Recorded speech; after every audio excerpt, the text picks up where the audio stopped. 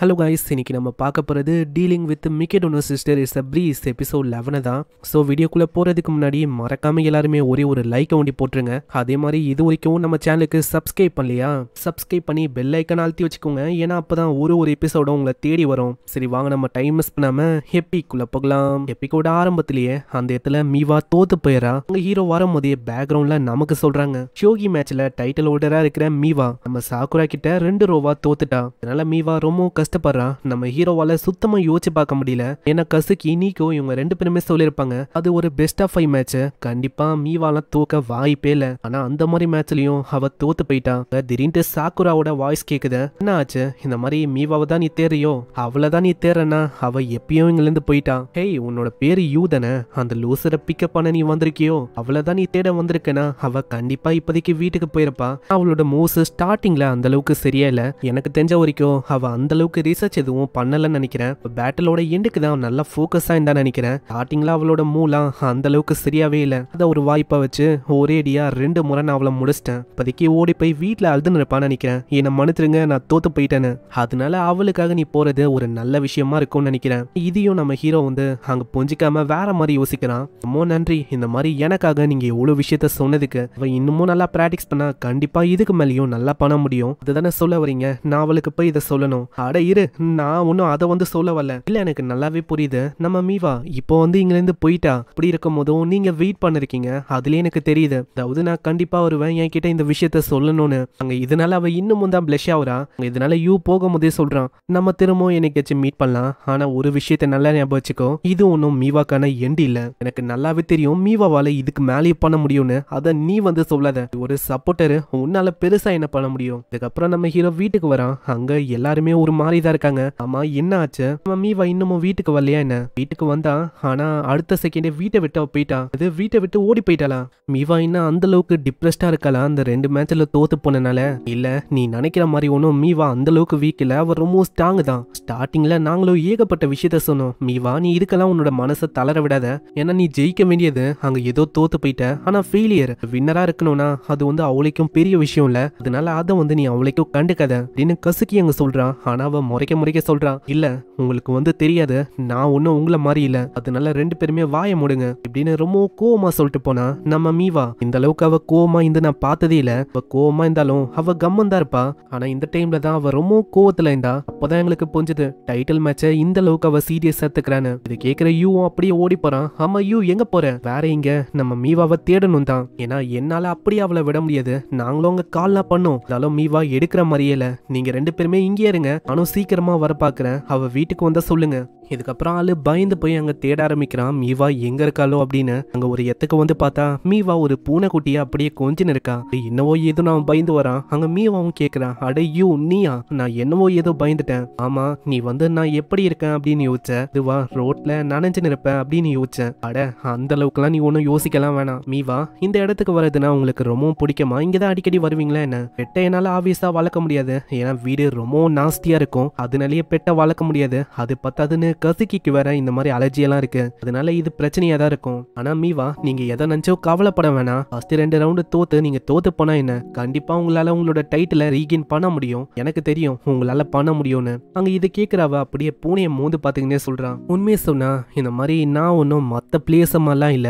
ஷோகி பிளேயர்ஸை பத்தி சொன்னா அவங்களோட ஒட்டுமொத்த வாழ்க்கையும் உள்ள வெளியில எல்லாமே இந்த ஷோகி மேட்சை பத்தி தான் இருக்கும். அவங்க அந்த அளவுக்கு மும்முரமா அந்த மேட்சுக்கான ரிசர்ச் எல்லா விஷயத்தையும் பண்ணுவாங்க. ஆனா நான் ஒன்னும் அப்படிப்பட்டவை இல்ல, நான் அப்படியெல்லாம் பண்ணல. நம்ம ஹீரோ சொல்றான், நான் தான் பார்த்திருக்கேனே, நீங்க அதே மாதிரி தானே ரொம்ப கஷ்டப்படுவீங்க. அதே மாதிரி நீங்க எதுவும் பண்ணலையா என்ன? இல்ல அப்படி ஒன்னும் இல்ல. நான் ஷோகி இதுக்குள்ள வந்தது வேற விதமா தான். என்ன ஆயிருக்கும்னா, மிக்கடோனோ இருந்திருப்பாருல, அவரு மீவாக்குள்ள இருக்க டேலண்ட்டை பார்த்திருப்பாரு. நம்ம மீவா எந்த கேமா இருந்தாலும் பயங்கரமா எல்லாத்தையுமே பண்ணுவா. மீவா முன்னாடியே ஒரு 3 கேமா அவரு வச்சிருப்பாரு. அதுல மீவா அப்படி ஷோகியை டச் பண்ணிருப்பான். இப்போ ஆரம்பிச்ச விஷயம் தான் இது. ஷோகியில ஒரு யங்கான சாம்பியனா இருந்தா, எல்லா விதமான ஷோகி மேட்ச்லயும் ஒரு ஜீனியஸா ஒரு ப்ரோட்டஜியா இருந்தா. அங்க நம்ம கசுகி நீக்கோ இவங்க 2 பேருக்கும் அதை பார்க்கும் போது சந்தோஷமா இருக்கும். ஒரு நாள் நம்ம மீவாவே அங்க கேட்டாரா, அக்கா உங்களுக்கு எதுக்கு ஆக்டிங்னா அவ்வளவு பிடிச்சிருக்கு? ஸ்டேஜ் மேல எனக்கு ஷைன் ஆகுதுன்னா ரொம்ப பிடிக்கும். என்ன எல்லாருமே அட்மையர் பண்ணணும். அதே மாதிரி தான் நானும் மார்ஷியல் ஆர்ட்ஸ் அது வந்து ரொம்ப ஃபன்னா இருக்கும், அது எனக்கு அவ்வளவு பிடிக்கும் அது பண்றது. ஆனா அவங்கள மாதிரி நான் இல்ல, நான் அது பேஷனா ஃபாலோவே பண்ணல. அவங்க வந்து என்ன பாராட்டணும் அதுக்காக தான் நான் பண்ணனே. அதனால தான் அவங்க 2 பேரும் என்ன மாதிரி இல்ல. அங்க இப்போதான் நம்ம யூக்கும் புரியுது என்ன விஷயம், எதுக்காக அங்க மீவா அப்படி சொன்னான்னு. அந்த இடத்துல மீவா அழுதுங்கன்னே சொல்றான். இப்பயாச்சும் புரியுதா மத்தவங்க எப்படி இதை பேஷனா ஃபாலோ பண்றாங்களோ அந்த மாதிரி என்னால ஃபாலோ பண்ண முடியல.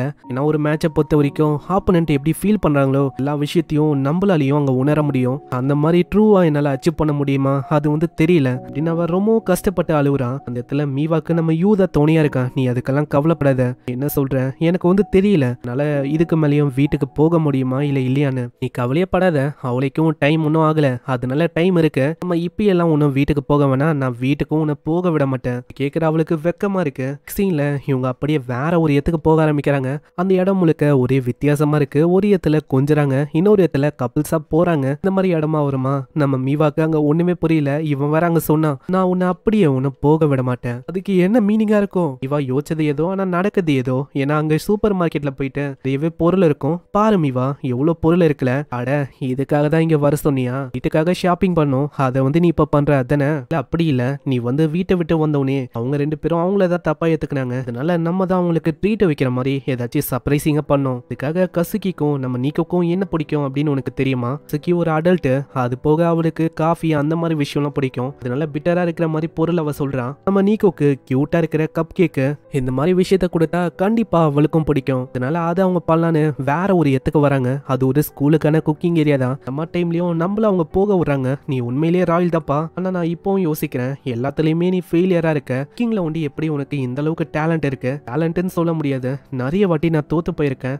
அதனால தான் இப்படி ஆச்சு. எப்போ இந்த விஷயம் ஆரம்பிச்சதுன்னா சின்ன வயசுல எங்க அம்மா அளவுக்கு எனக்கு டேலண்ட் இருக்காது. அந்த டைம்ல குக்கிங் நான் சின்ன விஷயமா ஆரம்பிச்சேன். எங்க அம்மா ஒரு நாள் டேஸ்ட் பண்ணாங்க, எங்க அம்மாக்கு அது ரொம்ப பிடிச்சிருந்ததா, அன்னைக்கு அவங்க பாராட்டினாங்க, நான் ரொம்ப சந்தோஷமானேன். அதுக்காக அவங்கள சந்தோஷப்படுத்தணும்னு சொல்லி இன்னமும் நான் நிறையவே பண்ண ஆரம்பிச்சேன். டைம் நான் சமைக்கிற விஷயம் நல்லாவே இருக்காது, கேவலமா இருக்கும். நிறையவே நான் குக்கிங்க பண்ணுவேன், ஆனா அவளுக்கும் எங்க அம்மாக்கு டைம் இருக்காதா, அப்படியே அவங்க போயிடுவாங்க வேலை வேலைன்னு. ஒரு நாள் அப்படிதான் ஹாஸ்பிட்டலைஸ் அவங்க ஆனாங்க. அந்த டைம்ல என்கிட்ட என்னோட குக்கிங் வேணும் அப்படின்னு கேட்டாங்க.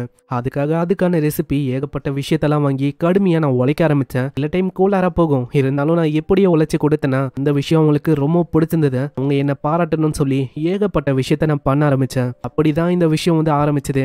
எப்பயுமே ஒருத்தங்களுக்கு குக்கிங் நான் கொடுக்கும் போதெல்லாம் அவங்களோட மூட் அப்படியே லைட் ஆயிடும். அதை பார்க்கும் போது எனக்கு ரொம்ப ஹாப்பியா இருக்கும். நீங்களோட சூப்பர் மார்க்கெட்ல அவங்களுக்காக நிறைய விஷயத்த தேர்ந்தெடுத்தேன், அது வந்து உனக்கு ஃபன்னா இருந்துச்சுல.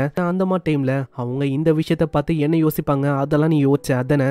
கேட்கும் போது மீவா அப்படியே டாபிக்க மாத்துறா. இல்ல அதெல்லாம் ஒண்ணும் இல்ல, இந்த சூப்பர் மார்க்கெட் ரொம்ப பெருசா இருந்துச்சு, அதை நான் என்ஜாய் பண்ண அவ்வளவுதான். மீவா நீ வந்து அங்க சொன்ன இந்த விஷயத்த நீ எதுக்கு பண்றனா, உங்க அப்பாவையும் உங்க அக்காவையும் சந்தோஷமா பார்க்கணும் அப்படின்னு தான் நீ பண்ற.